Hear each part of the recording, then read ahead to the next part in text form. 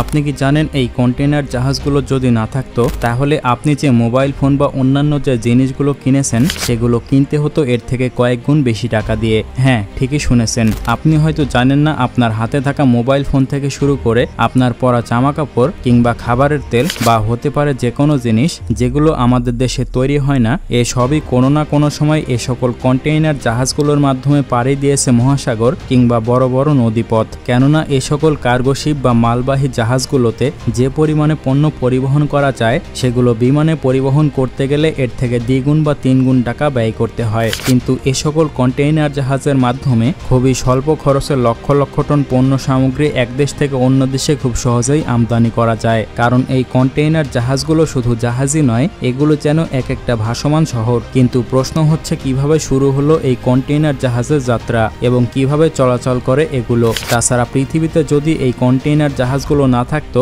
তাহলে জিনিসপত্রের দাম কেমন হতো তার সবকিছুই জানবো আজকের এই ভিডিওতে, তাই সাথেই থাকুন।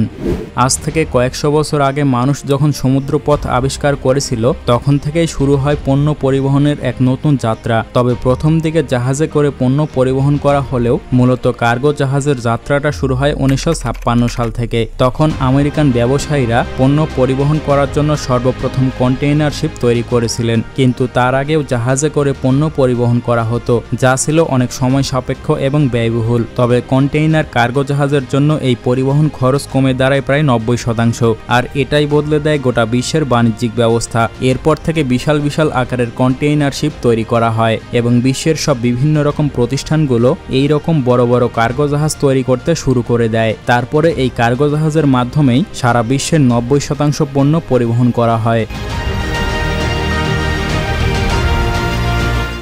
কিন্তু আপনি হয়তো ভাবছেন এত বিশাল আকৃতির জাহাজগুলো কিভাবে পানিতে চলাচল করে। মূলত এ সকল কার্গো জাহাজগুলোতে ব্যবহার করা হয় বিশাল আকারের ডিজেল ইঞ্জিন, যা পৃথিবীর সবচেয়ে বড় ইঞ্জিনগুলোর একটি। এই ইঞ্জিনগুলো প্রতি মিনিটে 20 থেকে 100 বার ঘোরে, যা জাহাজটিকে টেনে নিয়ে যায় ঘন্টায় 30 থেকে 35 কিলোমিটার গতিতে। কিন্তু এগুলো চলে হেভি ফুয়েল অয়েলে। তবে শুধু ইঞ্জিনই নয়, এই জাহাজগুলো চালানোর জন্য প্রয়োজন নেভিগেশন সিস্টেম, জিপিএস এবং অত্যন্ত দক্ষ ক্রু সদস্য। কেননা এ ধরনের কার্গো জাহাজগুলো চালানোর জন্য দক্ষ ক্রু মেম্বার ছাড়া এটি চালানো সম্ভব না।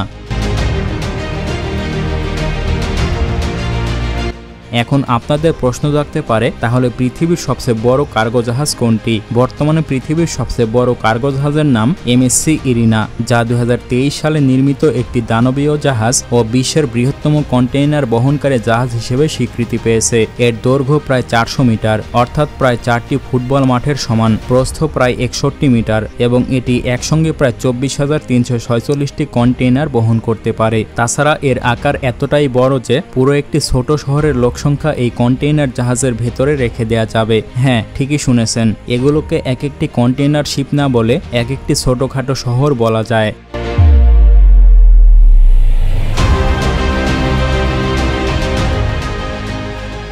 বর্তমানে সারা পৃথিবীতে 53,000-এরও বেশি বাণিজ্যিক জাহাজগুলোর মধ্যে কন্টেইনার কার্গো জাহাজ রয়েছে প্রায় 5,500-টিরও বেশি। এর মধ্যে বড় কন্টেইনার জাহাজ রয়েছে 250-টিরও বেশি, যেগুলোর ধারণ ক্ষমতা প্রায় 5 থেকে 6 লক্ষ টন। তাছাড়া এগুলোর পাশাপাশিও রয়েছে ভেরি লার্জ কন্টেইনার শিপ, প্যারাম্যাক্স এবং পোস্ট প্যারাম্যাক্স শ্রেণীরও কয়েক হাজার জাহাজ, যেগুলো বিশ্বের বাণিজ্যর প্রায় 90% বহন করে থাকে। কেননা বড় কার্গো জাহাজগুলো নিয়ন্ত্রণ করে বড় বড় মেগা শিপিং কোম্পানিগুলো, যেমন মার্কস লাইন, এমএসসি, কসকো এবং সিএমএ সিজিএম, যেগুলো শুধুমাত্র বড় বড় কোম্পানিগুলো নিয়ন্ত্রণ করে থাকে।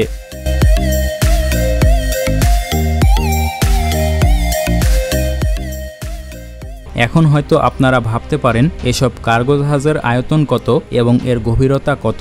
সাধারণত কার্গো জাহাজের আয়তন বলতে বোঝায় এর দৈর্ঘ্য, প্রস্থ এবং খালি অবস্থায় পানিতে কতটা ডুবে থাকে। বিশ্বের বড় কার্গো জাহাজগুলোর দৈর্ঘ্য 395 থেকে 400 মিটার, যা প্রায় মাউন্ট এভারেস্টের উচ্চতার অর্ধেকের সমান, এবং প্রস্থ হয় 59 থেকে 61 মিটার, আর উচ্চতা পানিরেখা থেকে ডেকে পর্যন্ত প্রায় 70 মিটার হতে পারে। আর গভীরতার ক্ষেত্রে সাধারণত কার্গো জাহাজ পানিতে ডুবে থাকে 14 থেকে 16 মিটার পর্যন্ত। মানে নদী বা সমুদ্রের পাড় থেকে দেখলে আপনি যতটা দেখেন পানির নিচে প্রায় ততটাই ডুবে থাকে। এবং এই সকল কার্গো জাহাজগুলোর ধারণ ক্ষমতা যদি মাপা যায় তাহলে এক একটি বড় কার্গো জাহাজগুলোর ধারণ ক্ষমতা থাকে 23,000 থেকে 25,000 TEU পর্যন্ত, মানে আনুমানিক প্রায় 6 লক্ষ মেট্রিক টন হতে পারে।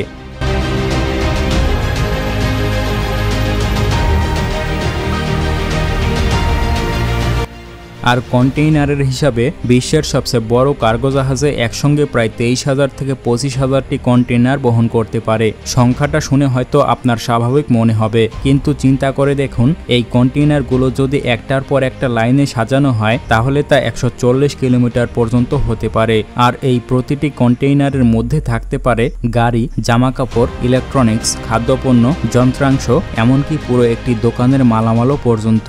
এগুলোকে এমনভাবে জাহাজের ওপরে ও নিচের স্তরে সাজানো হয় যেন সমুদ্রে চলার সময় হঠাৎ করে ঝড় এলেও যেন এগুলো উল্টে না যায়।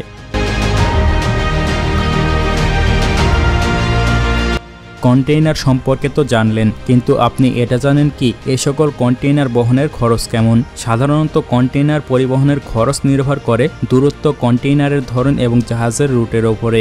যেমন একটি সাধারণ 20 ফুটের কন্টেইনার পরিবহন খরচ হতে পারে $2,000 থেকে শুরু করে $10,000 পর্যন্ত। বিশেষ করে কোভিড-19-এর পর থেকে এই খরচ আরও অনেক বেড়ে গিয়েছে। তাছাড়া যদি আপনি এশিয়া থেকে ইউরোপে পণ্য পাঠান তাহলে আপনাকে আলাদা খরচ বহন করতে হবে। আবার আমেরিকা থেকে আফ্রিকায় পাঠালে সেটাও আলাদা খরচ। তবে ধরা যায় একটি কন্টেইনার পণ্য পরিবহনে প্রায় $3,000 থেকে $5,000 খরচ হয়। আবার এটাও মাথায় রাখতে হবে একবারে হাজার হাজার কন্টেইনার গেলে এই টাকার অঙ্ক কোটি ডলারে গিয়ে দাঁড়ায়। আর এখান থেকেই আসে শিপিং কোম্পানির বিশাল আয়ের একটি অংশ।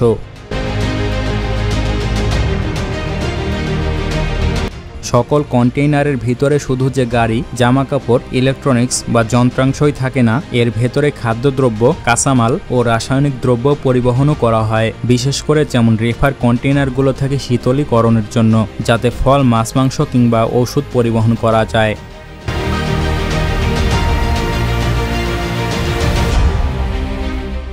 কন্টেইনার এবং কার্গো জাহাজ সম্পর্কে তো জানলেন, কিন্তু আপনি এটা জানেন কি এই জাহাজগুলো মূলত কোন কোন বন্দরে চলাচল করে? এগুলো মূলত এশিয়া থেকে ইউরোপ, এশিয়া থেকে আমেরিকা, ইউরোপ থেকে আমেরিকা এবং মধ্যপ্রাচ্য থেকে অন্যান্য অঞ্চলগুলোতে চলাচল করে। আর বিশ্বের সবচেয়ে ব্যস্ততম বন্দরগুলোর মধ্যে রয়েছে Singapore, Shanghai, Rotterdam, Los Angeles এবং হংকং। এসব বন্দরগুলোতে প্রায় প্রতিদিনই হাজার হাজার কন্টেইনার কার্গো জাহাজে আসে যায়। এমনকি এই জাহাজগুলো যখন একসঙ্গে বন্দরে ভিড়ে তখন সেটা দেখতে বিশাল এক চলন্ত শহরের মতো মনে হয়। এগুলো শুনে হয়তো আপনার ইচ্ছা জাগতে পারে একটি কন্টেইনার জাহাজ তৈরি করার, কিন্তু তার আগে এটি নির্মাণের খরচটা অবশ্যই জেনে নিন। এ সকল কন্টেইনারগুলো এতটাই বড় যে এগুলো তৈরি করা যেন একটি বড় ভাসমান শহর তৈরি করার মতোই খরচ। যেমন একটি আধুনিক আল্ট্রা লার্জ কন্টেইনার ভেসেল তৈরি করতে খরচ হয় প্রায় $150 থেকে $200 মিলিয়ন, যা বাংলাদেশি টাকায় দাঁড়ায় প্রায় 1.5 থেকে 2,000 কোটি টাকা। তাছাড়া এগুলো নির্মাণের প্রধান কেন্দ্র হলো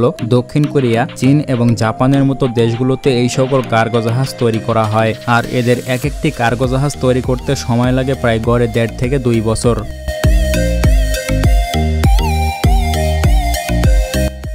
বিশ্বের সবচেয়ে বড় কার্গো জাহাজগুলো যেন ভাসমান ছোট একটা শহর, যেখানে পুরো সময়টাই কাটে সমুদ্রে, কখনো শান্ত ঢেউয়ের মাঝে, আবার কখনো প্রবল ঝড় তুফানের ভয়াল পরিবেশে। এসব জাহাজেই কাজ করে নাবিক, ইঞ্জিনিয়ার, রান্না করা বাবুর্চি, ক্যাপ্টেন সহ প্রায় 20 থেকে 30 জনের একটি দল। দিনের পর দিন খোলা সমুদ্রে কাটানো এই জীবন মোটেও সহজ নয়, কেননা একঘেয়ে পরিবেশ, একই মানুষের সাথে সীমিত সামাজিকতা, মাঝে মধ্যে ভয়ঙ্কর আবহাওয়া, সব মিলে একটা মানসিক ও শারীরিকভাবে চ্যালেঞ্জিং এক জীবন। তবে বড় কোম্পানিগুলো এখন অনেক আধুনিক সুবিধা দিয়ে থাকে যাতে নাবিকদের মানসিক স্বাস্থ্য ভালো থাকে। তবে ঝুঁকির মাত্রাও কিছুটা রয়েছে, যেমন ভয়াবহ জলদস্যু।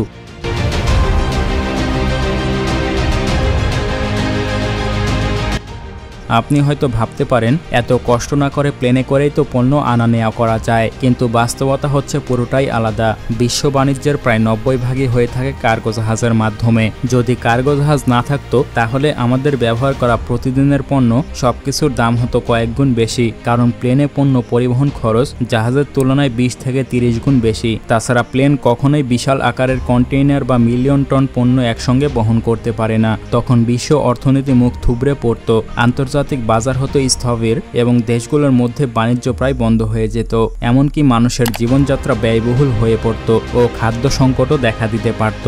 এ কারণে আধুনিক সভ্যতার নেপথ্যের নায়ক এই কার্গো জাহাজগুলো, যার অস্তিত্ব ছাড়া বিশ্ব বাণিজ্য কল্পনাই করা যায় না।